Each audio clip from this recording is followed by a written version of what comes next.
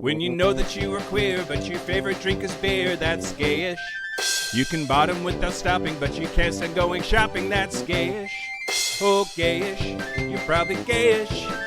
Well, life's just too short for narrow stereotypes, so it's gayish. We're also gayish. It's Gayish with Mike and Kyle. Hello, everyone in the podcast universe. This is Gayish, the podcast that's getting the raw end of the deal. Ooh, if we're lucky. If we're lucky, hope we're getting that raw end.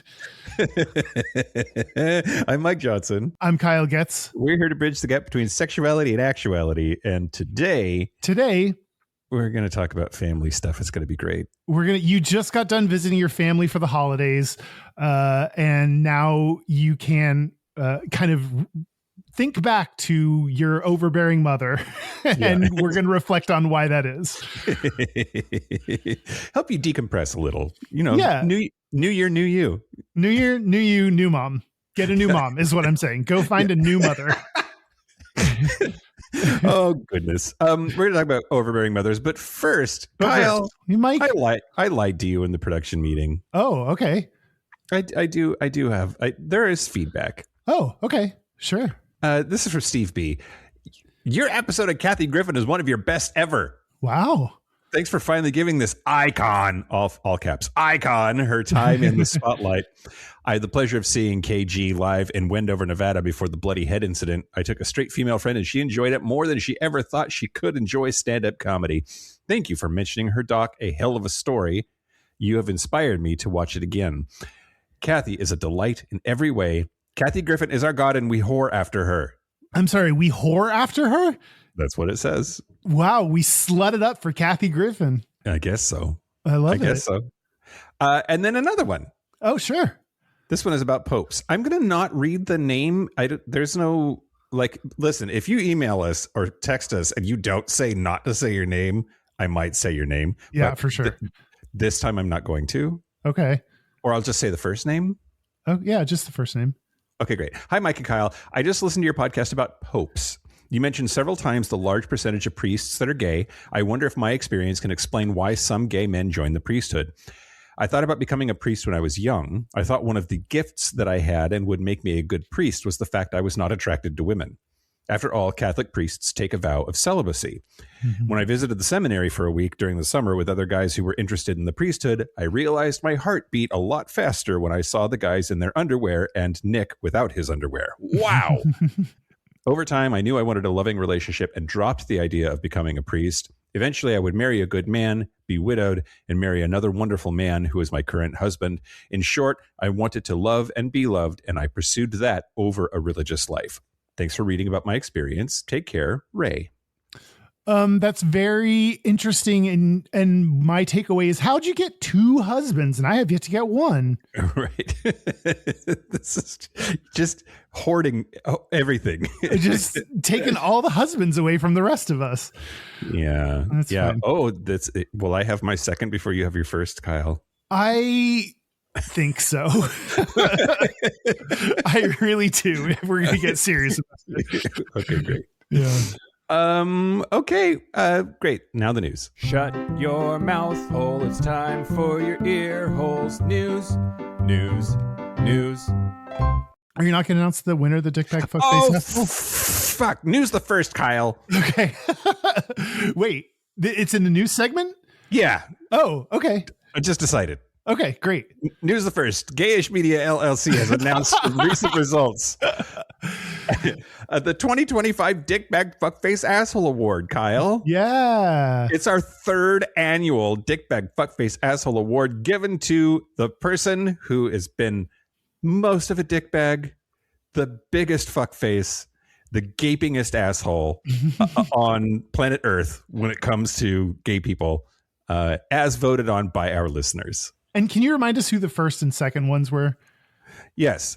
The 2023 Dickbag Fuckface Asshole was Florida Governor Ron DeSantis. Mm-hmm. And then the 2024 Dickbag Fuckface Asshole was President Donkey Butt McMuffin Face, Donald J. Trump. Yeah. And now Dickbag Fuckface Asshole Awards for 2025 in fourth place with 17% of the vote, Kim Davis, who didn't marry people and has gotten whatever. In third place with 21% of the vote, J.K. Rowling. Yeah, wow. I'm in third. I would have expected a better showing. Yeah. In second place, I'm so sorry, Canadians. You had a valiant effort. Good run. But Danielle Smith, who is the premier of Alberta, Canada, and a real bitch, was second. And so number one, and our dickbag fuckface asshole for 2025. Drum roll, please, Kyle.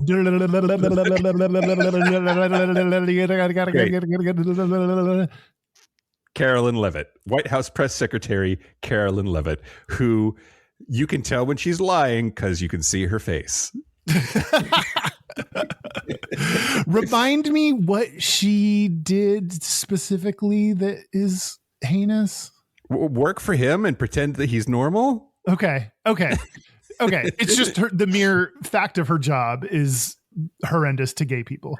Yeah. And specifically, I had called out it was episode 434 that I nominated her. Thanks to Derek for keeping such good fucking notes. My God, somebody should pay him. It was that she was talking about this White House believes in biological reality. That was God. that whole speech. So just like made her transphobia real known. Yeah. Well, so next year is now. So nominations for the 2026 Dickbag Fuckface Asshole Award are right around the corner. I welcome recommendations. Yeah. Asterisk and may ignore them. But yeah. Do you have any predictions for 2026? AI. I think Claude from Anthropic is going to be maybe, who knows? I don't know. Kyle, we talked about and then didn't do a Dickbag Fuckface Asshole Lifetime Achievement Award. Yeah. Are you okay if I Dickbag Fuckface Asshole Lifetime Achievement Award I want to give to James Clayton Dobson Jr., please. Who the fuck is that? He's the founder of Focus on the Family, and that motherfucker died this year. Oh, yes. That is a great one. The guy who started Focus on the Family, fuck that organization, fuck everything it stands for, fuck the fake data that they use to try to sell people on homophobia. Fuck it. Yeah, let's do it. I'm down. Great. I hope the worms are eating his corpse and then dying of homophobia. Fuck you, James Dobson, forever. Yeah. Okay, great. News the second, Kyle. Okay. Burkina Faso has issued its first known conviction for homosexuality. Wow. They banned same-sex sexual relations earlier this year, and an individual identified as KM in the documents was charged with and sentenced to 24 months of imprisonment, a fine of 2 million francs, which that's $3,500, and then ordered expelled from the country following completion of the sentence. Which, if you want him out of the country, why lock him up for 2 years before removing him from your country? Yeah, that's a weird thing, but that fucking sucks. You have to go to jail and then get kicked out of your own country? Yeah, and pay money? What if you don't pay the money? You're getting kicked out. Yeah, that's true. What are they going to do? Track you down to get your money? Follow you to the country that they kick you out to? Now, the official charge, the official charges were, quote, homosexuality and related practices. Yeah, that's what happens in my bed. Related practices. Exactly right. The African Human Rights Coalition, the HRC for Africa, said, quote, AHRC expresses grave concern over this conviction, particularly given the sweeping and vague language of the new law, its application against a vulnerable foreign national, and the penal severity, including post-sentence expulsion. This represents the first known enforcement of the 2025 criminalization statute and marks a significant escalation in the legal persecution of LGBTQI+ people in Burkina Faso. Anyway, yeah, it's bad. Yeah. It's bad. It's bad to be gay in a lot of places, but especially lots of parts of Africa, Kyle. Yeah, for sure. Oh, that's rough. News the third. Yeah. New York City Mayor-elect Zohan Mamdani has named Lillian Bonsignore Commissioner of the Fire Department of New York. She is the second woman to be Commissioner of the New York Fire Department and the first out gay person to be in that role. Why is a firefighter such a stereotypical lesbian job? Well, yeah. I mean, yeah. If you're a firefighter and you a lady, you a lesbian. Yep, you definitely are. Right? Yeah. She said, quote, "My goal is to ensure that every member of the FDNY has the resources and environment they need to perform their role safely and effectively." She joined the FDNY in 1991 as an emergency medical technician and served 31 years. Wow.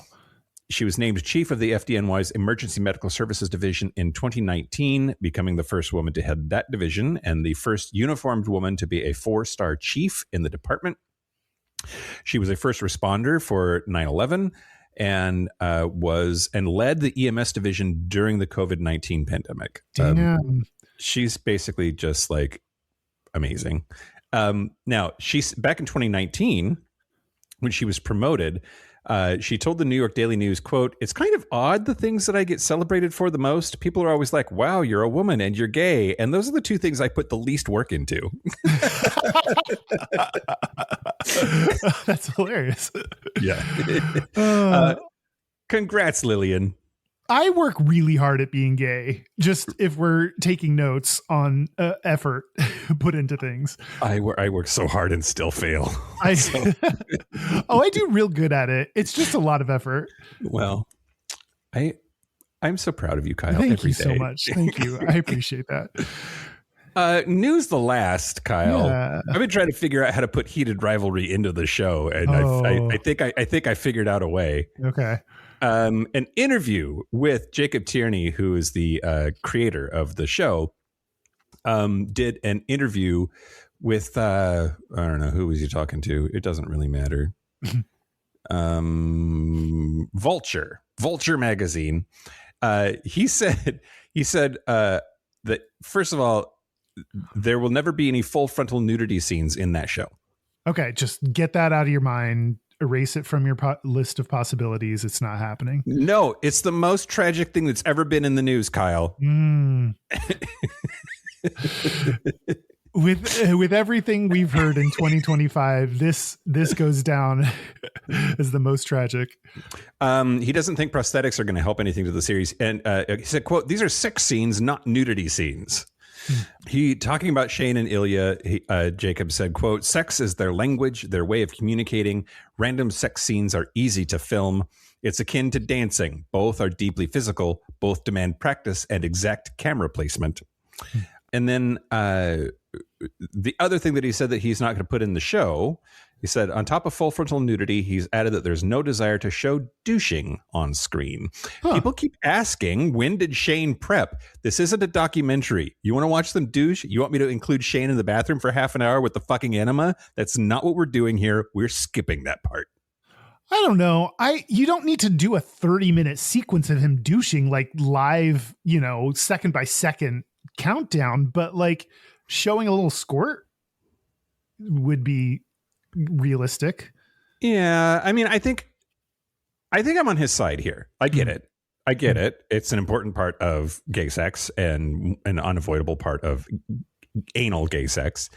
And it's also like, that's not the point here. It's not like Looking, which was supposed to be more of a like introspective look into the inner lives of gay people. This is far more like romantic, like drugstore smut book, and straight people get to skip over those parts. You don't see like the woman like being on her period or taking care of her lady parts, or the dude going out to buy condoms, or like there's just a bunch of parts of sex that like we skip over for straight people. We can skip over the not so fun parts for gay people too, if that's the kind of vibe we're going for in a piece of work. Yeah, I guess I hear what you're saying. I have not seen it, but from what I've heard, Kyle Johnson gets. Are you kidding me? What platform is it on? Hulu, HBO, Crave. It's all over the place. Okay. Yeah. I Instagram really thinks I need to see it because it keeps showing me news stories about it. Yeah. Also, if you think to yourself, Jacob Tierney, the creator, producer, director, writer, adapter guy, if you think that name looks familiar, it might be because he is also co-show runner of Letterkenny. So if you've watched Letterkenny at all, he plays Pastor Glenn. And is one of the head showrunners for Letterkenny, or was. Letterkenny has wrapped, but no way. Yeah. Anyway, and he just decided to make this pivot to like the most wildly successful gay show ever, which thank God. Anyway, that's the news, Kyle. That's the news. Speaking of wildly successful things, I want to thank our new Patreon members. Thank you to Brennanium. Brennanium.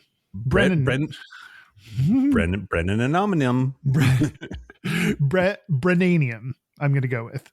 And thank you to Felicitas Avendano. Felicitaciones. Felicitas. If you want ad-free Feliz Navidad. Feliz Navidad to Felicitas. If you want ad-free episodes a day early, if you want to use Mike's hole, use it.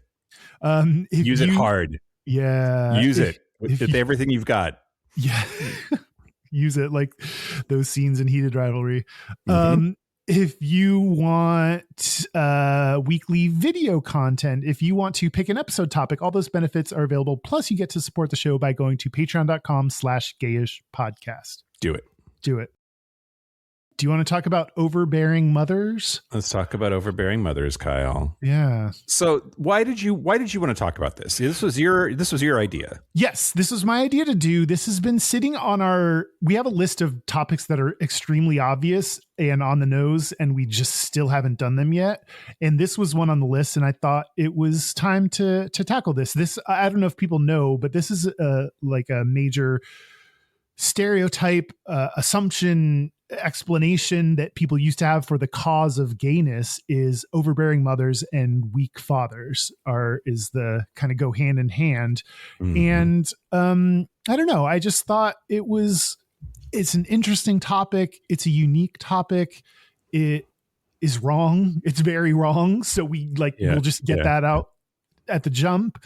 And so I thought it'd be interesting to explore. Yeah, I agree. It is one of those like on the nose things that we should have talked about and kind of have from time to time, but like need to like really crack mom's head open and look deeply in there for the meat. I don't know what's wrong with you today, Kyle. I don't know. Yeah, I mean, also sometimes you're sitting in a production meeting and we have to pick the next episode topic, and you just kind of scroll through and you're like, that one, and I picked that one. Yep, totally. It's your show, Kyle. We could do whatever. And this is what we're doing. Well, I'm going to talk to you about the history of overbearing mothers, Kyle. Okay, sure. Or at least the history of the trope. So, first, let's talk about the word. You know, I love words. Yeah, let's do it. The ephemology. Yeah. That's what that word is. Yep. The etymology of the word overbearing. Yeah. Do you know where overbearing came from? What it used to mean? There was once a bear that they hung by its neck, and it was like over top of the town, just hanging there. And they were like, "Wow, that's overbearing." How did they get that bear way up in the sky like that? They pulled it. Sure. Great. By a rope. You nailed it. Yep. No, I don't know. It is originally nautical terminology. So in the mid 1300s or so, the word overbearing meant to carry over, transfer, or convey. So it just meant to carry stuff. Like a bear. Like a bear in the sky. Yeah. On a pole. By 1535, we see it in the literature meaning overwhelming wind at sea. So too much force bearing down on a ship, and therefore like something to deal with or something that was impeding your progress as a boat And then we don't see that transfer over to talk about people, meaning dictatorial or haughty, until 1732. But basically, when you say that a mother is overbearing, you're kind of calling her a hurricane or or a typhoon or something. Yeah, they always name hurricanes after women, right? That's true. Well, they used to. They changed it. Oh, they did? It used to be just women, and then they changed it, and then Hurricane Andrew like fucked everything up for dudes. Oh, they should just call one mother. Yeah, see the destruction it lands on the ground. Okay, so that's the word. That's the word. It came from it was a nautical term, and then it meant wind that would like fuck with your path, and then that you had to fight against to get where you wanted to go, and then that started being referred to people later. So all roads here lead to Freud, Kyle. Yeah. Sigmund Freud. So he believed, you mentioned this at the top of the show, but in a book in 1905, he theorized that, quote, passive, weak, or absent fathers coupled with strong, dominant, and castrating mothers create homosexuality. Castrating mothers. That's a vivid imagery there. Yeah. There's an emasculation that is implied in the behavior. Mm-hmm. And really, mostly like for a long time, whatever Freud said, man, we fucking bought it. And that just became the gospel for decades that like if you were a man and were weak or absent or too passive, or if you were a woman with a child and you were too domineering or emasculating of that child, that it would turn into that he'd become gay. So, and that also has an implication of, I think that starts I don't know if it started it, but like feminizing gay people by saying that the mother has all the influence and even castrating influence on the men and the father doesn't. It's like a lack of masculinity and a lot of femininity like that gives us the feminine kind of stereotype there too. Yeah, absolutely. You're right. I'm going to do another segment on misogyny a little bit later too, but there's like per usual, the feminization of gay men is often just misogyny in disguise, and that is also perhaps the case here, or at least a contributing factor. So Otto Fenichel in 1946 claimed that homosexuals were, quote, mother fixated and had domineering mothers. And then there was the infamous Bieber study. Not Bieber? That, yeah. not that Bieber. Baby, oh. The infamous Bieber study of 1962 crystallized all of this into the, quote, close binding intimate mother theory. And it claimed that mothers of gay men were more often, quote, seductive, overindulgent, domineering, and inhibiting. Now, there's a big problem with this study, Kyle. What's that? The study only examined men already in psychoanalysis. Yep. Which that happened a lot in early studies. It's like studying people in the hospital and saying that like beds cause illnesses, right? Yeah. Or the problem is all the doctors. Correlation versus causation and sample bias. Of course, like people who are dealing with mental health are going to have more mental health issues. Yeah. So, have you ever heard the term momism? No. So, there was a science fiction writer named Philip Wiley, and he coined the term momism to talk about America's what he thought was toxic mother worship. The name of the book was Generation of Vipers, and it did really well. It sold 180,000 copies. This was in 1942, 1943. And the American Library Association named it one of the 50 most influential books of the last 50 years. And basically said that America had a problem with mother worship and that it was toxic. He said American moms are, quote, menopausal Cinderellas who smoke 30 cigarettes daily, consume tons of bonbons, and play bridge with the voracity of a hammerhead shark. Mom is a jerk. Wow. He sounds like he has some mother issues. Well, okay. So media picked up on that, and that book did really well. And people started, like basically not created, but like exacerbated, stoked the flames of like hating your mom, being mad at your mom for your situation or whatever.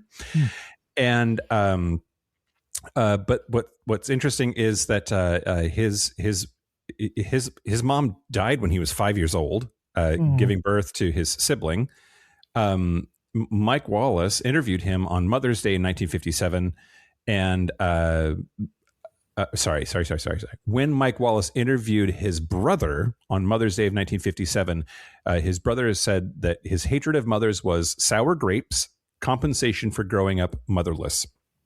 But basically, without knowing it, people like the person who made hating your mom cool didn't really have a mother. Oh, that's kind of sad in a way. Until you turn around and make moms the enemy. Right. Yeah, totally. But you're right. Like, it sounds like he needed a good therapist more than a book deal. Yeah. The other thing that I wanted to throw out here in the history portion is just that gayness is not the only thing that has been like pinned on moms. Autism is a big one. So in 1949, psychiatrist Leo Kanner described autistic children as, quote, reared in emotional refrigerators, that it was the mother's fault for being too cold to her children. And then Bruno Bettelheim weaponized that in his 1967 book, The Empty Fortress, and compared mothers of autistic children to Nazi prison guards. Jesus. And recommended that children be removed from their mothers as a, quote, parentectomy if they weren't, if they had the emotional parameters that were going to lead to that child being more likely to be autistic. Damn. It's hardcore, right? Yeah. Now, the theory was debunked by Bernard Rimland. But the damage was done.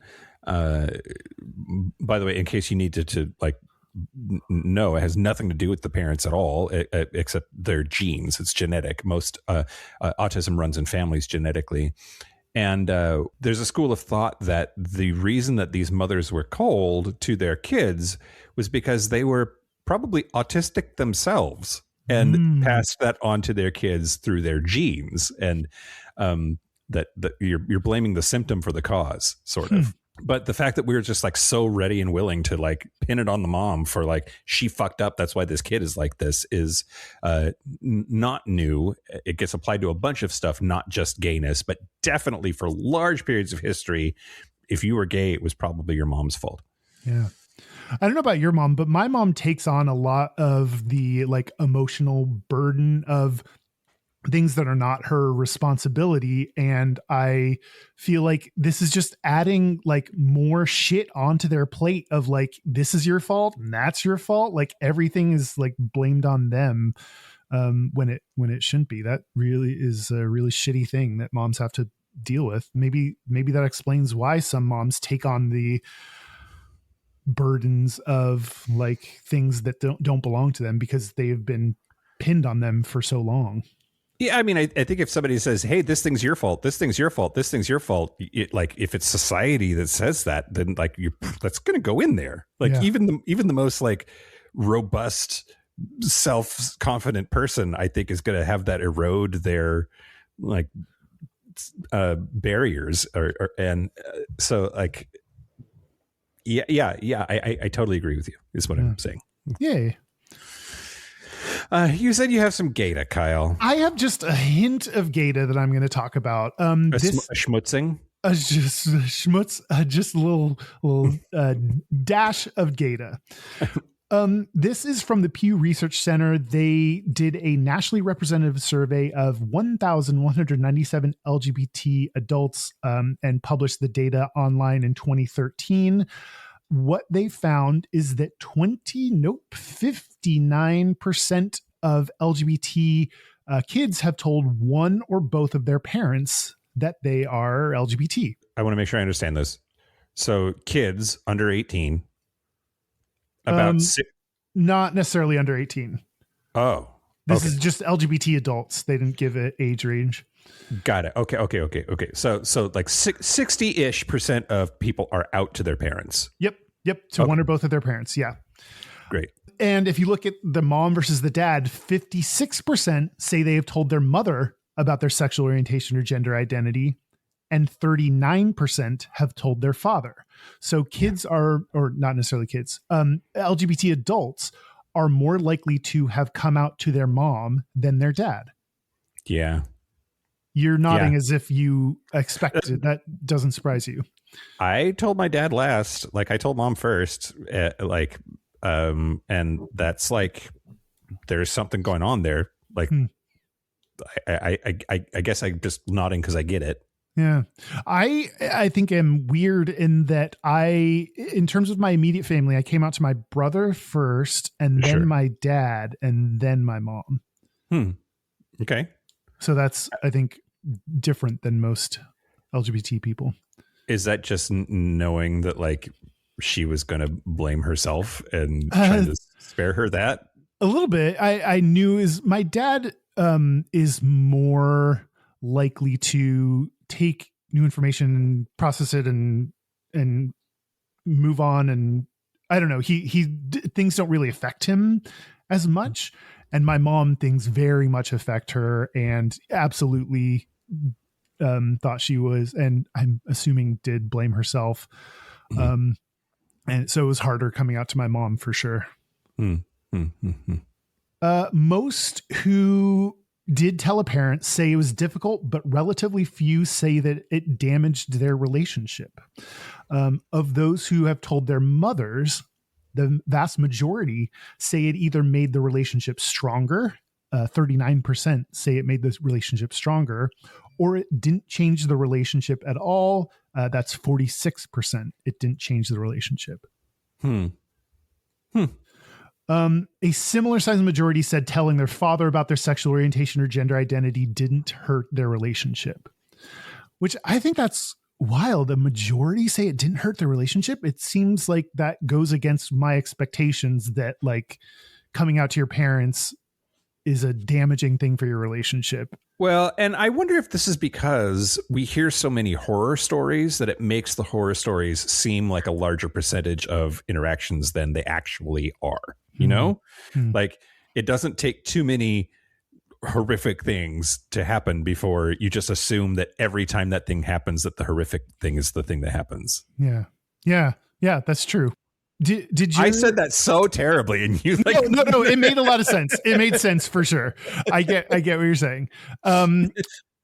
Did coming out negatively, neutral, or positively affect your relationship with your parents? I think with mom, I would say it was neutral, and with dad, it was just like neutral minus, like not negative. And it was harder for him. And I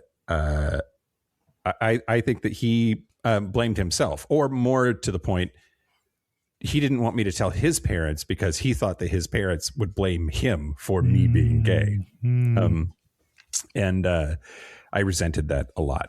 Yeah. I think mine short-term negatively impacted my relationship with my parents, but long-term positively impacted because I'm a more authentic, person with them now, get to share more about myself with them than before. I knew they had a hard time with it, and which is interesting because they're not religious. And I don't know that I've heard you say before that like it turned into a net positive though. Yeah. I do focus on the, like, when I talk about coming out to my parents, I think about the like really shitty time we had when I came out and all the fights we had and but I think long term now I can talk about boys and dating and relationships I had, and I can bring home, and I have brought home guys I'm dating to Christmas. And, there's that none of that, if I didn't come out to them, none of that would have happened, and I would have had a part of me kind of closed off to them. So yeah, I do think there's a net positive effect that that we got from me coming out. Cool. Yeah. Among those who have shared their LGBT status with a family member or close friend, 20 is the median age at which they first did so. Wow. Yeah. I don't know if that seems earlier. I guess that seems just exactly right. I think I was 19 when I first, or maybe a little, around 19. So that's right around. Get out of the house, get into college, realize that easy access to delicious dicks is what your path to be. Then screw up the courage to start telling people 20's like that. 20's good. Yeah, it makes sense to me. So what I took away from that data is there is some kind of special relationship that LGBT people have with their moms that make them more likely to come out to their moms. So we're talking about, mother-son relationships, and there is something there that I think is interesting and worth exploring. It's not, clearly it's not that they're overbearing. That's not the truth, but there is something going on there that I think is interesting. Yeah. Okay.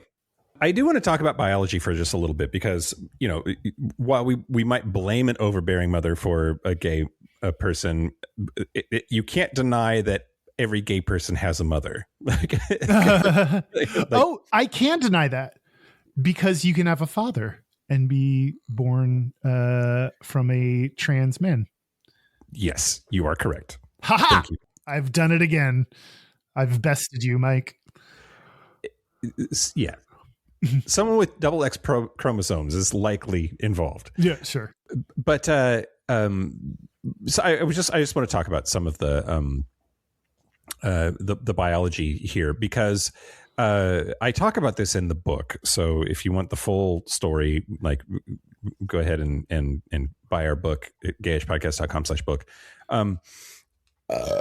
Very, very nice plug, followed by a very bad burp. Yeah. It happens. Highs and lows. There are a couple of things that aren't necessarily the mom's fault, but that definitely she's involved. So the fraternal birth order effect is the thing that I'm talking about. The more older brothers a man has, the more likely he is to be gay. Asterisk on man. We mean penis havers. Mm-hmm. This is shorthand. I want to acknowledge that. But each additional older brother increases the odds by approximately 33%. But only biological older brothers count. Stepbrothers, adopted brothers, no effect. We've studied that. It is just that the more male fetuses a uterus has, the more likely future male fetuses are going to be gay. That means that the mother is where that's coming from. Yeah. There's a whole theory about antibodies and that there's a Y-linked protein called NLGN4Y. It's a whole thing. So there's also a gene or set of genes that have been discovered that simultaneously will make a woman more fertile and sons to be gay. And it's called the fertile female hypothesis, sexually antagonistic selection. Andrea Camperio-Ciani at the University of Padova in Italy founded the study in November of 2004. And so there's it's also known as the gay uncle theory, but basically that women are with more kids are more likely to have a gay brother and are more likely to have more gay sons and progeny. In 2012, there's another study that decided that the gay gene, quote unquote, the gay gene, doesn't just make women more attracted to men. It appears to make them more attractive to men also. Women carrying these genes were funnier, happier, more extroverted, more relaxed, had fewer gynecological disorders, and fewer complications in pregnancy. So it's actually the opposite of the overbearing mother, that at least when it comes to this set of genetics that creates gay uncles and fertile women, it makes them less neurotic. It makes them more well-adjusted and relaxed and more chill as a parent, and less overbearing by extension. Wow, the gay gene does so much for all of us. It makes women more attractive. Right. You're welcome. I didn't expect that from a gay gene. The Lord works in mysterious ways. She sure does. She sure does. She sure does. So the last thing, just like biologically, I already mentioned the sampling bias, that researchers only studied gay men in psychiatric treatment when they were studying this overbearing mom thing. But Evelyn Hooker in 1957 studied non-patient populations, and she found no difference in family backgrounds. The APA removed homosexuality from the DSM in 1973 after a scientific review concluded that it is not caused by parenting. And there is this theory that so gay boys often show gender nonconformity from early childhood, and that some mothers become more protective of sons that they perceive as different or at risk for bullying. So the overbearing behavior, if it even exists, might be a response to the child being different, not the reason that the child is different. So child exhibits gender nonconforming behavior. People are likely to bully him because of that. Mom becomes protective over bullied child because she cares and loves her child and wants to protect them from that. And then that behavior gets blamed for the kid being gay. Interesting. Anyway, yeah, that's all I got. That's all I got there for more biology, Kyle. Okay. I need your input. I have a study that is about mother-son relationships, and I'm debating on whether to do it or whether to just jump to quotes, because I think you did a good job of like putting the nail in the coffin for studies. Oh, okay. Sorry. No. It was great. It was a good segment. I mean, a part of the biology that I left out is there was a proposal in the 1950s that said that we should cure gay men by transplanting testicles from dead straight men into them. Oh, ooh. No, thank you. No thanks, please. Yeah, pass. If we're giving me an option, I'll pass on that. Like take out our testicles and put theirs in their stead. I mean, you got to get rid of those gay balls, Kyle. You got to. Ew, that gross. Okay, I won't read the study. I will just say that I found a study that as late as 2006 is still claiming that gayness is caused by overbearing moms. So sure, this is not something that is just in the past. This is something that very recently was it focused on the family. It was actually I think it was BYU. Oh, great. Yeah. Mormons cannot be trusted. Yeah. Yeah. Anyway. But so what I'll jump into is quotes. Okay. So this is from a 2019 mambaonline.com article by A.G. Gallagher's. And so Michael C. LaSala, author of Coming Out, Coming Home, Helping Families Adjust to a Gay or Lesbian Child, says, quote, research suggests that feeling guilty is an inevitable component of mothering. Mothers feel to blame when something goes wrong with their children, even if the cause is clearly not their fault. As a matter of fact, mothers often find themselves feeling guilty when nothing goes wrong. Fortunately, for many mothers of gay sons, with time and education, they learn that the idea that they had somehow made their son gay is dead wrong. Do you feel like your mom blames herself for lots of things that aren't her fault? Yes, but me being gay isn't one of them. Oh, okay. So your mom is smarter than most. She's advanced in that matter. In that regard, yes, absolutely. I don't know. Like, I don't think you can vouch for this. Like her on the show is like, that's pretty much her. And like, you know, she's just, I don't think you can fake that kind of chill with this, the whole gay thing. Like, I don't know. I think that her family, I mean, she had a gay uncle and they're musicians and would interact with and, you know, hang out with people from all kinds of walks of life. I think they're just like better people when it comes to like acceptance. Yeah, I don't know. Which it surprises me a little bit that you say some of the stuff that you do about your mom, because she's a teacher, and I would think that she would run into all kinds of fucking crazy family situations in her students. Oh yeah, I mean, it's one thing to see. She's seen, you know, tons and tons of mothers and families come through her doors as the teacher. She mainly taught first grade, so she's had a lot of parents come through her doors. So, but it's easier to see something in other people than to internalize it and feel it for yourself. So yeah, my mom takes on a lot of blame and has a lot of guilt over things that like she has no business feeling guilty for, but I just think that's part of being a mom. It's like a lot of really good therapists are actually pretty crazy.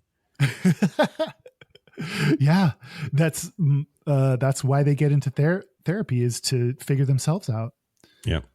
My mom tells me, and I've had to like get her to stop.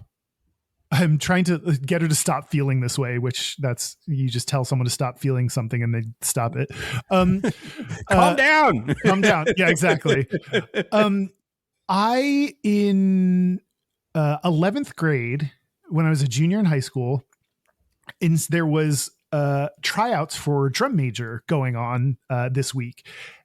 During that same week, there was an award ceremony at school. So I elected to not go to the award ceremony and instead stayed home and practice for being a drum major for band. And at the award ceremony, I won like 3 or 4 awards and was not there to like go up and accept those awards. And my mom has told me that she feels guilty that I was not there to accept those awards, that she should have like encouraged me to go, or I should have been there, or I don't know what part of it is hers to blame. But I've told her, Mom, I would pick the same thing in a heartbeat. I would, being a drum major for band was way more important to me than accepting an award for being like the best student in Spanish class or whatever. Like, so I've had to reassure her that I made the right decision then. I would stand by it and do it again today. And you can, you know, let go of the guilt that you feel over that situation. And I think did she think maybe she coerced you into staying home? I don't know what maybe she feels like she didn't like do enough to encourage me to attend. I don't really understand it, or where the guilt is coming from, but that's just like one example of my mom telling me about something that she feels guilty about, that I'm just like, you have no business feeling guilty for this situation. And any part of you that still holds on to this thing, you know, however many years later that we are now, 20 years later, like you got like, let that go. Yeah. Interesting. Anyway, next quote I got is from the author of the article, Angie Gallagher, said, quote, "Not many significant studies have been done to try and explain the reason why gay men often have close-knit bonds with their mothers. Perhaps it is a relationship that needn't be defined according to stringent scientific investigations. Perhaps it simply boils down to having someone who is our consolation in sorrow, our hope in misery, and our strength in weakness. Perhaps this is simply the woman who taught us about love, mercy, sympathy, and forgiveness against the social conventions and religious rites that have governed her life up to that point." And so like, this is trying to understand, like I mentioned, there is some kind of special relationship that LGBT kids have with their mom. And it's not that she's overbearing. And it sounds like there haven't been studies into what that relationship is or why that's there, which I like. This quote kind of like says, maybe it's maybe we don't need scientific studies. We need scientific studies. I reject that part of this quote. I think we need studies to learn more about that relationship, and we can't just hand wave it away. But I don't know. Maybe there is a lot that moms offer as part of growing up that make her our confidant. Yeah. Yeah. I also think that like gay men, I think have once they're out and more secure in themselves, especially, have this sort of permission to not be the stoic, emotionless straight guy. And I think that it's likely to allow them to have better relationships with women in general. And their mother happens to also be a woman, right? Like, and that maybe that's part of the phenomenon of these like relationships that gay dudes have with their moms. Yeah, we get to open up a little bit more emotionally. We get to violate the masculine stereotypes that come along with just being a dude, which I think helps us. I think you're right, helps us connect with women better. And that you're right, that I think better relationships with women include your mom. Yeah.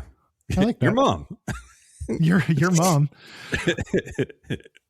Last quote from this article. They were talking about the 1993 study showing that having a gay relative, especially on the mom side, increases the likelihood of a gay child, like you mentioned. Author and activist John Calendo writes, mothers, it seemed, were indeed affecting their son's sexual destiny, but not in the way expected. The discovery turned the moral debate on its head. To the degree mothers played any role in homosexuality at all, the part seemed to be a mere biochemical walk-on. Mother Nature, not Mother Nurture, cast the deciding vote. Yeah. I don't know that it's interesting because I agree that the study, this 1983 study, turned it on its head, but I don't know that like society followed right away. Like when science comes out with an explanation for something, society doesn't automatically change. Like, oh, learn new information, automatically change our perception of this, and now we move on. Like, well, half of this country digs their heels in and goes the opposite direction as fast as they can. Exactly. Oh, it's only gotten worse. But yeah, so I think this quote gives, I don't know, it gives people a little bit too much credit of, just this study upending our beliefs. But yeah, moms do play a role in their son's gayness, and it's not how we thought. And it's Mother Nature. It's nature, not nurture. Yep. And I think that's when you were talking about the cause of gayness, that's an important reminder to make. It's not as simple as born this way. It's more complex than that, I think. Yep. But it is still nature, not nurture. Yep. We talk about this in the book a lot too. Yeah. By that book. Okay. By the book. we have to talk about misogyny, Kyle. Yeah. And really just the like blaming the mom for anything is just misogyny. Mm-hmm.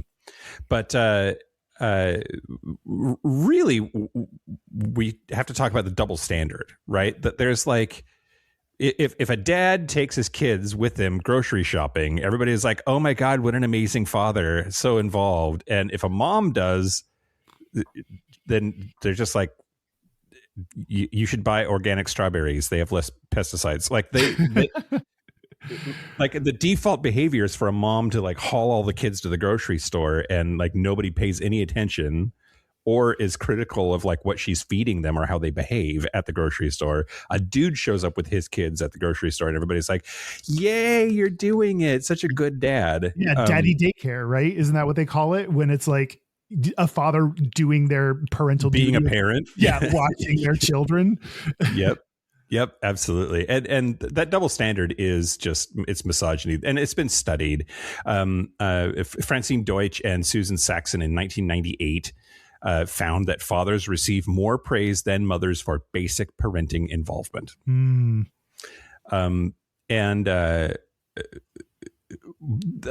Harper's Bazaar had this article about all of this, and there was a quote that sung out to me. Quote, "What makes a good father can be as simple as love and provision. What makes a good mother is a list a mile long full of contradictions." Interesting. Overbearing mothers are seen as negative and intrusive, whereas overbearing fathers are considered positive and protective for doing exactly the same behaviors. That was one of the findings. So there's lots of feminist scholars who've written about this over and over again. There's this book by Andrea O'Reilly called Monstrous Mothers, Troubling Tropes. It's not that old. It's from 2021. But it talks about how moms are like our favorite and easy scapegoat for stuff. And I mentioned this earlier, but like Betty Friedan wrote in this book called The Feminine Mystique in 1963, quote, "It has been discovered that the mother could be blamed for almost everything. In every case of history of a troubled child, alcoholic, suicidal, schizophrenic, psychopathic, neurotic, adult, impotent, homosexual, could be found a mother as the cause." There's this idea of the schizophrenogenic mother theory. In 1948, there's a psychiatrist named Frida Fromm-Reichmann that there's mothers who supposedly caused schizophrenia by being hostile, rejecting, cold, domineering, overprotective, or perfectionistic. I meant to put this up in the part where I was talking about the other things that moms get blamed for that is absolutely not true. But also, this appears to go across cultures. It's not just Western culture that has the idea of the overbearing mother. Oh, that's interesting. Like the Jewish mother stereotype. Are you familiar with that? Yeah. You never write, you never call, that whole thing. But Joyce Antler wrote, quote, "The image of the Jewish mother has been shaped by Jewish men whose deep-seated anxieties about cultural assimilation and toxic misogyny collided to produce a singularly negative picture of Jewish womanhood," which is interesting. In Italy, there's a similar thing. That's Western culture, but in Italy in the 1950s, there was this term mamissimo or mamismo that appeared. But basically blamed moms for everything in Italy's like problems that they were having at the time, like adult children living at home, low birth rates, like all of it was blamed on Italian moms being too protective.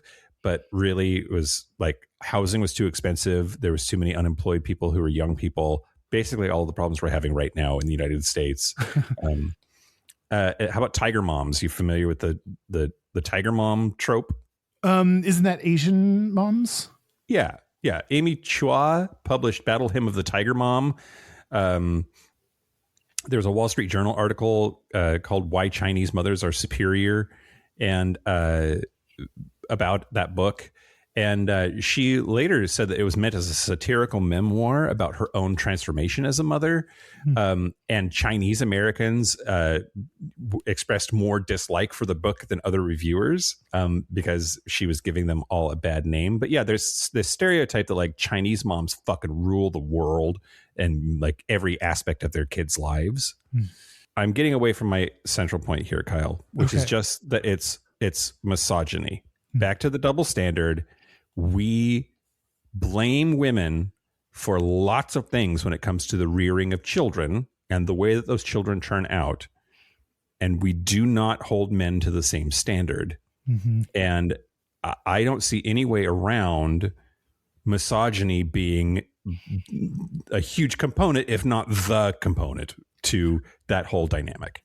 Yeah. I mean, well, for so long, the men were expected to go make money and the women were expected to stay home and raise the kids. So it makes sense that they're seen as the ones responsible, good or bad, but I mean, mostly bad. Like the responsibility of whatever happens to the kids gets placed squarely on the mother's shoulders. And now that we have, two parent households with two incomes and supposedly equal hands in raising children. I don't think we've moved on from, seeing the moms as the ones that are primarily responsible for raising kids. Yeah. Yeah. Yeah. Fix it. Fix it.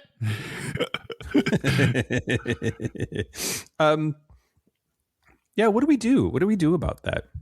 Because I also think it's that maybe the same misogyny that like then points to gay men and like they've been feminized by their overbearing mother, and like that's part and parcel with like viewing them as lesser or as lesser men. And why is that a problem? Because misogyny, like it's all interrelated somehow. Yeah, it's interesting because I think the root of this stereotype makes the assumption that being gay is bad. So we're trying to say like, why is this bad thing happening? It's because the moms, they get blamed for it. But I think this is not what you asked, but I think it's interesting that part of the root of this comes from the idea that gayness is inherently bad.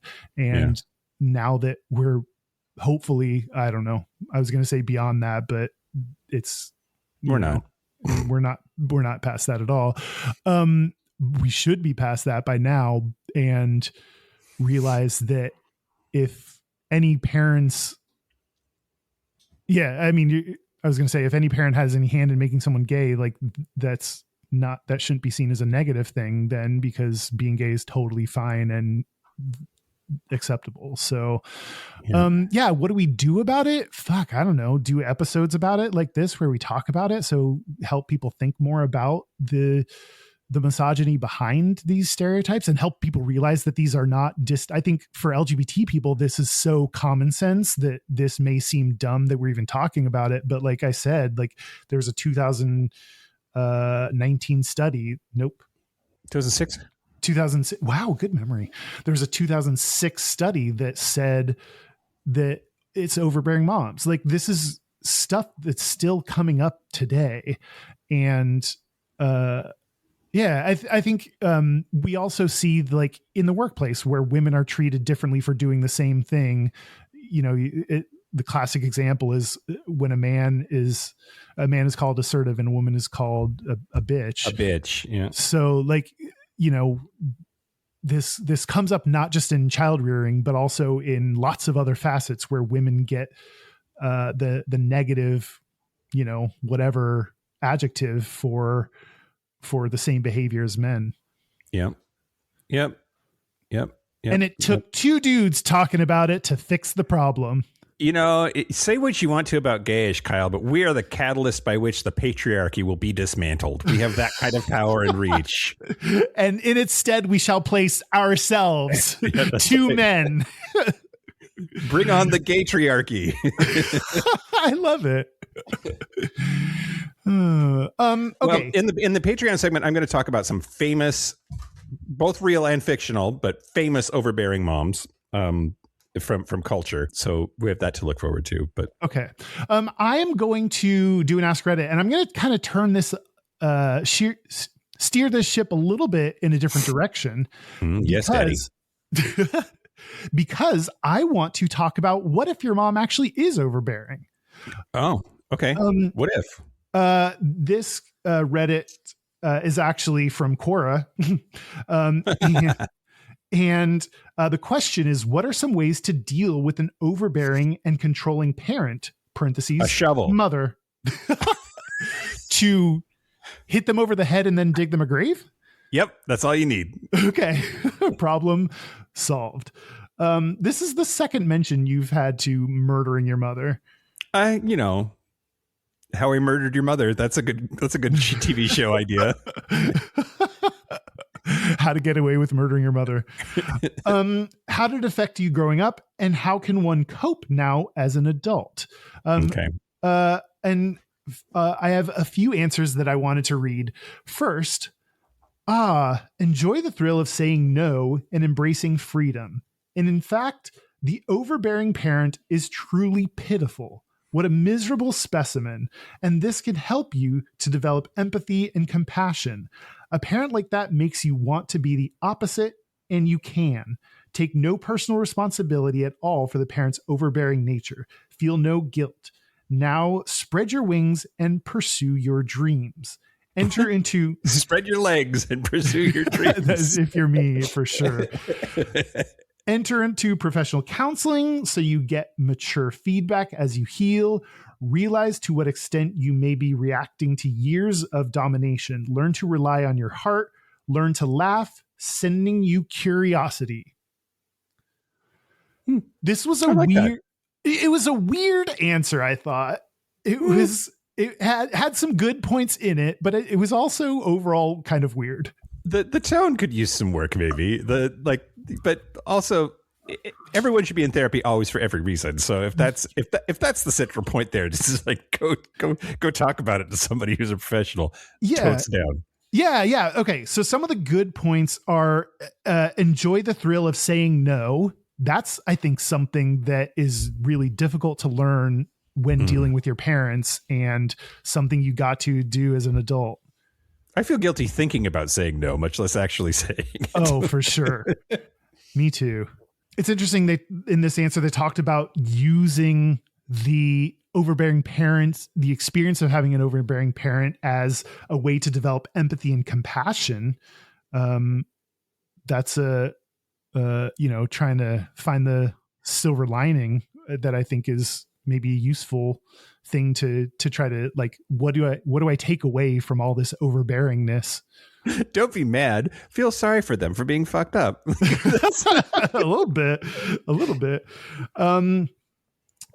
Take no personal responsibility for your parents' overbearing nature. I thought that was really helpful advice, because I think we can place the burden on ourselves to, like, especially like as kids go into therapy, we're much more mentally health aware these days, and then try to take some of those lessons back to our parents. We think that we have to fix our parents. No. And that's just not going to happen. No. Another answer is, one thing I would do is try to understand what's going on with that person. There are loud and quieter ways to respond. People need to control their own lives eventually, but over-controlling another's is too much.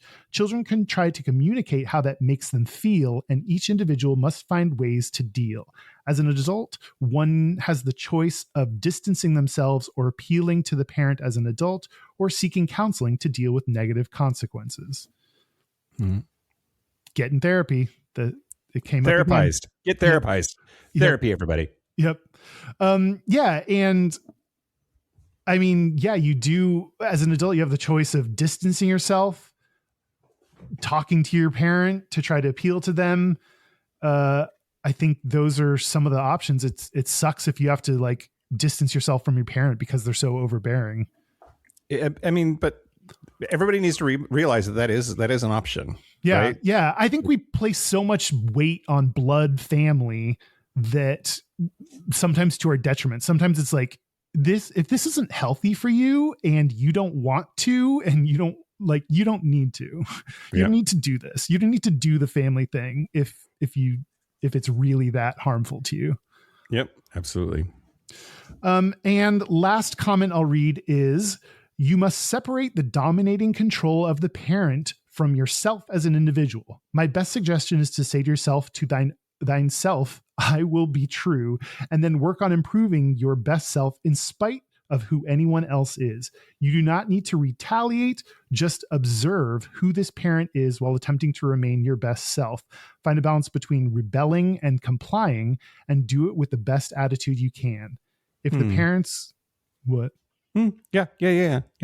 If the parents' control becomes a yelling match or constant judgment, blame/shame, and an attempt for dominating power, you must continue to withdraw and distance yourself as best you can. So I think I like this comment's focus on working on yourself and not, like, matching them in terms of, like, their attempt to control the situation. I think that's really important. Like, work on becoming your best self, regardless of what your parents do. I do think that there's this, sorry, Mom, interesting thing about, like, parents are going to fuck their children up. That's just true. It's just a question of in what way and to what degree.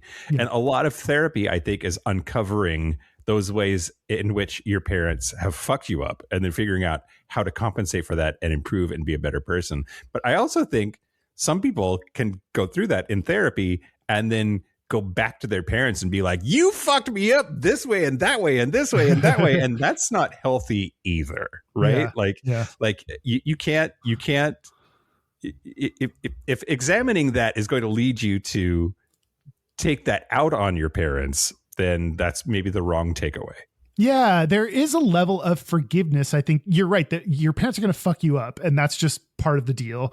And part of what you do as an adult is learning to forgive your parents for mistakes they made while you're growing up, and accepting, learning that you now take responsibility for the ways in which you are fucked up, and you're now responsible for healing those parts of yourself. It's not up to your parents to fix you now that you're an adult.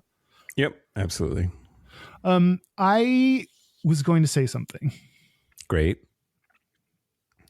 And was it brilliant? It was going to be so fucking smart. Oh, I also think that parents are going to fuck you up, and that's comes par for the course.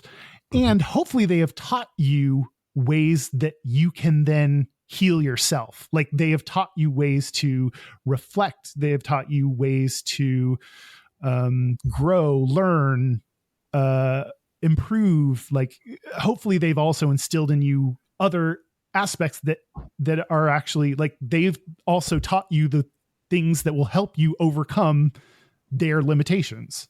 Yeah. So that might be asking for a lot, I think, maybe, Kyle, but yeah, I don't know, man. I think a lot of parents maybe don't have the ability to give their children that ability. But yeah. So yeah, some of this you got to learn yourself as an adult. So I don't know. I thought it was interesting to step outside the overbearing mom as a falsehood and think about, like, well, what if it's true? What do you do about it? And I think what we walked away with is a lot of therapy. Therapy, everybody. Yep. And your mom didn't make you gay. And your mom didn't make you gay. You made you gay. You cocksucker. It's all those dicks you sucked, you faggot. Somebody just jizzed, Kyle. Did we do it? I don't know. We talked about overbearing moms a whole bunch. We broke down where it came from and disproved it, and talked about what to do if it is true.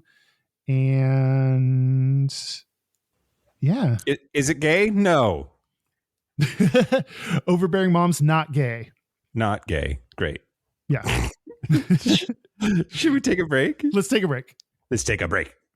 Now clean your room. This is the part where Mike and Kyle take a break. Are we back? We're back. We're back. We're going to do our Gayest and Straightest. We're going to do our Gayest and Straightest, but first, local gay bar review. Ooh. It's been a minute. Yeah, it has. I have a whole bunch of them that just don't make sense. So I've been avoiding because doing them. You wrote them while you were drunk? Yeah. Okay. Yeah. Also, I don't remember if I've done them before because I have a list, but I don't always remove them from the list when I do them. I don't know, Kyle. But this time I'm going to talk to you about a bar I definitely did before, and now I'm doing it again, but different visits. And that is Pride Bar in Bangkok, Thailand. Been a little bit avoiding this one because that's the night that I got roofied by a go-go boy and lost a lot of money. But anyway, that's not his fault. And Pride Bar was fun before I went to meet with this boy. But I don't think anything has changed since last time, including the torrential downpour of rain for a few minutes. It's funny, like both times that I've been in Thailand now, it's been at the time of year that it's nice out, and then it's like the hardest rain you've ever seen, and then it goes away. Like, drank a bunch of Chang beer, had some really good food. Love it here. It's chill and mellow. 3.5 dildos. Do you remember what you gave it last time? I don't. Oh, okay. I'd have to look. Oh, that's okay. I'll find it. Yeah. And then, that's it for that. Our website's gayishpodcast.com. We're on social media at Gayish Podcast, or you can find links to our Facebook group or our Discord server at gayishpodcast.com/contact. Our hotline, you can send us text messages or leave us voicemails, is 5855-GAYISH. That's 585-542-9474. Standard rates apply. Our email is gayishpodcast@gmail.com. Our physical mailing address is Post Office Box 19882, Seattle, Washington, 98109. Okay, buy our book. It's 2026. We need the I don't know. We need the something. We need the residuals. Money. Residuals. That's the word. Come on the cruise. The cruise is like barely a year away now, Kyle. Yeah, it's next year. 2027. By the time this comes out, it'll be next year. That's wild. Yeah. Gayishpodcast.com/book, gayishpodcast.com/cruise. Yep. Let's do our Gayest and Straightest. Let's do our Gayest and Straightest. Get the fuck out of here. Okay, I'll go. Okay. My Gayest is wearing my Sisters of Perpetual Indulgence shirt. I wore it when I went home to Houston for Christmas. My dad looked at my shirt and said, "I don't want to know what that is." Oh. And I said, okay. And we didn't talk about it. My Straightest is I look at my nails like a straight dude. And I don't know how to describe this motion. Like you make your hand into a fist almost, and you look at your nails like that rather than putting your hands out like you're holding out the number 5. Like that's the gay way to do it. Oh, okay. Yeah. When I look at my nails, I do it like a straight dude because I've been trained by like elementary school kids that if you do it not to do it the gay way, or you're gay, to do it the straight way. Okay. All right. Yeah. Now you have me questioning, like, if I was to do it, like, I think I do it the 5 way, like the high 5 way. Yeah. You're gay. Gay. I didn't even realize I was doing something gay, Kyle. That's really sad for me. Yeah, that's that was like a little gotcha thing that they do in elementary school. They'd be like, "Oh, you have something in your nails," and then if you looked at your nails the gay way, then they'd call you gay. Oh God. See, the gotcha thing for us was like putting dicks in your mouth, but whatever. Gotcha. The gayest thing about me this week was receiving a secretly sexy Christmas card. Ooh. A friend of mine, friend of the show, actually from Boston, put secret messages in it that not that secret, but I thoroughly enjoyed it. It was very fun and it was very gay. Nice. And then the straightest thing about me this week, wearing this flannel and this hat, having the cashier at my local store say, "I like your whole vibe." And like, I felt kind of like I was being complimented for how straight I looked.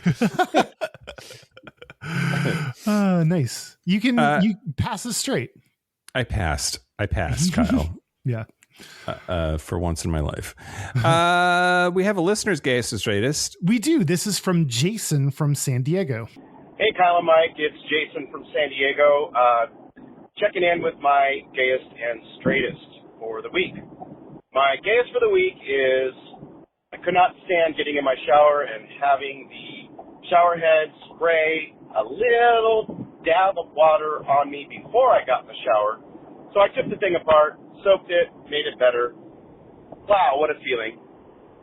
That felt good, but pretty straight to take a thing apart that I have no idea what works inside of it.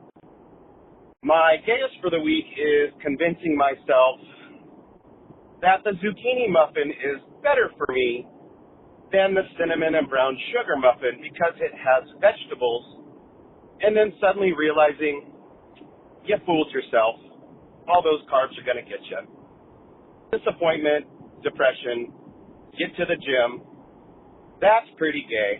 Anyway, hope you guys are doing well. Thanks for the podcast and the episodes. Really enjoy it. Have a great day. I think the gayest thing about convincing yourself that like the zucchini is a vegetable, therefore these muffins are better, is just the capacity for self-delusion. That's the gayest part. Oh, that's very true. We're very good at that. And I love taking apart something and putting it back together without knowing what you're getting yourself into as the straight thing, because that's super straight. 100%. Absolutely. Yeah. If you want to send to your Gayest and Straightest, we have a little bit of a backlog now, I think, but like we love them. Let's have them. It's 5855 Gayish. Yeah. And remember to use Mike's Hole. If you have that Patreon level, make sure you're sending in your 100 words. It's right here, everybody. It's right here, just begging to be used. That's it. Thank you to all of the moms out there, overbearing or not. Exactly. And thank you to all the dads, weak or not. Yeah, exactly. And thank you to our super Gapbridgers. Thank you to Adam Y, Locomotive, Simon Srirachi, Kaylee Adams, Kit Oliver, Kobe, Gordon, Squoggle, Andrew Bugby, William Bryant, John Crowley, Stephen Porch, Yost Osel, Jonathan Montanius, Forrest Nil, Steve Douglas, Explosive Lasagna, Michael Covington, Thomas B, Dusty Sands, A. Coleman, Chris Cacciatorians, and Jerome York. Thank you for your support. Thank you for your money. That's it. This has been Gayish from the Chris Cacciatorian Studios. I'm Mike Johnson. I'm Kyle Getz. Until next week, be butch, be fabulous, be you. See ya. See you next week. Happy New Year. Happy New Year.